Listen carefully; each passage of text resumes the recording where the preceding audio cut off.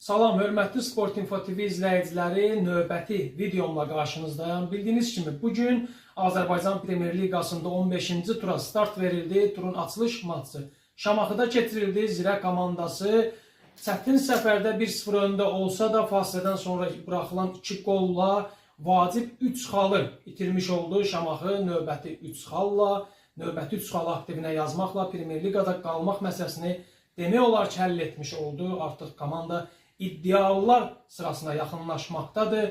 Turun maraqla gözlənilən maçlarından biri isə Tovuzda baş tutdu. Turan Tovuz komandası sabaha qəbul etdi. 2 çempionluğa iddialı komandanın duelində çox maraqlı hadisələr baş verdi. Sabah komandası çətin görünən Tovuz səfərində çox rahat bir qələbə qazandı. 3-1 hesabı ilə Valdas Dambraskasın yetirmələri önəmli 3 xalı aktivinə yazmış oldu. Bununla da Sabah komandası artıq turnir cədvəlinin birinci pilləsinə yüksəldi. Qarabağda bir xal qabaqlayaraq turnir cədvəlinin birinci pilləsinə yüksəldi. Artıq Sabahı bu həftə dekabrın 18-i Qarabağla ehtiyatda qalan oyun daha prinsipial olacağı anlamına gəlir. Sabah çox yaxşı oyun keçirdi, vacib qələbə qazandı bu komanda ilə bağlı.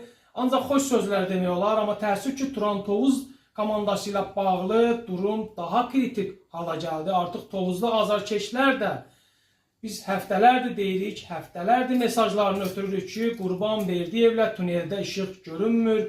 Qurbanberdiyevlə bu klubu yaxşı gələcək gözləmir. Həftələrdir bildiririk ki, Turan Tovuz ancaq uzun ötürmələr, ancaq standart vəziyyətlər sonrası vurulan qollar, outdan ötürülən toplar sonrası vurulan qollarla çox uzağa gedə bilməz. Nəinki çempionluq, hətta bu komandanın bu futbolla ilk üçlükdə yer alması belə möcüzə kimi görsənir. Nəhayət Tovuzlu azarkeşlər də bugün o həqiqəti öz doğma meydanlarında açıq aydın öz çılpaqlığı ilə gördülər və Sabah komandasının hətta vurduğu qollardan sonra qonaq futbolçuları alqışladılar.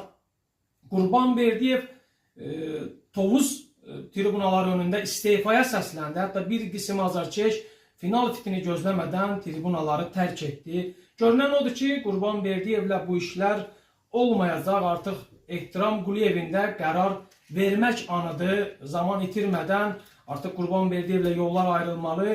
Yeni baş məşqçi axtarışına çıxmalıdır bu komanda. Çünki Turan Tovuz komandasının heyəti kifayət qədər genişdir. Kifayət qədər samballı futbolçular var orada. Daha çox hücum futbol oynamaqla daha yaxşı nəticələr, daha baxımlı futbolla daha yaxşı xallar qazanmaq olar deyə düşünürəm. Artıq qərar anıdır, söz Ehtiram Quliyevdədir. Məncə düşünürəm ki, bundan sonra itiriləcək vaxt.